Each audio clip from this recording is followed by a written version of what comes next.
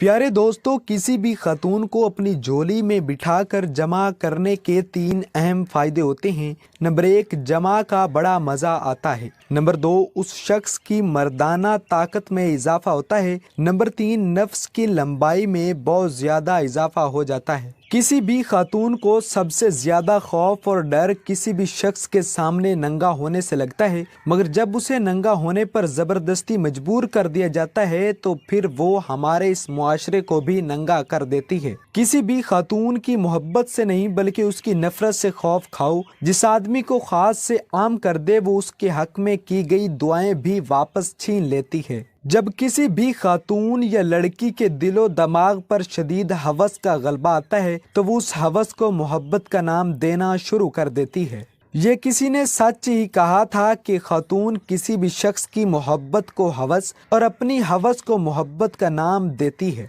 लेकिन मैं इतना ज़रूर कहना चाहूँगा कि कुदरत ने खातून को हवस पर काबू या कंट्रोल की ताकत दी है और किसी शख्स की तरह हवस सवार होने पर दरिंदगी का रूप नहीं धारती। दोस्तों, औरत की जो शर्मगाह होती है वो 2 तरीकों से गर्म हो जाती है। नंबर 1, हाथ के छूने से। नंबर 2, बालों में उंगलियां फेरने से। हम बिस्तरी के फौरन बाद मर्दों खातून दोनों को दूध में अंडा और शहद डालकर पी लेना चाहिए। ये दोनों के लिए फायदेमंद साबित होगा। हम बिस्तरी से पहले नीम गर्म दूध और खजूरों का इस्तेमाल किया करें। वीडियो अच्छी लगी है तो लाइक करें और चैनल सब्सक्राइब कर दें। शुक्रिया।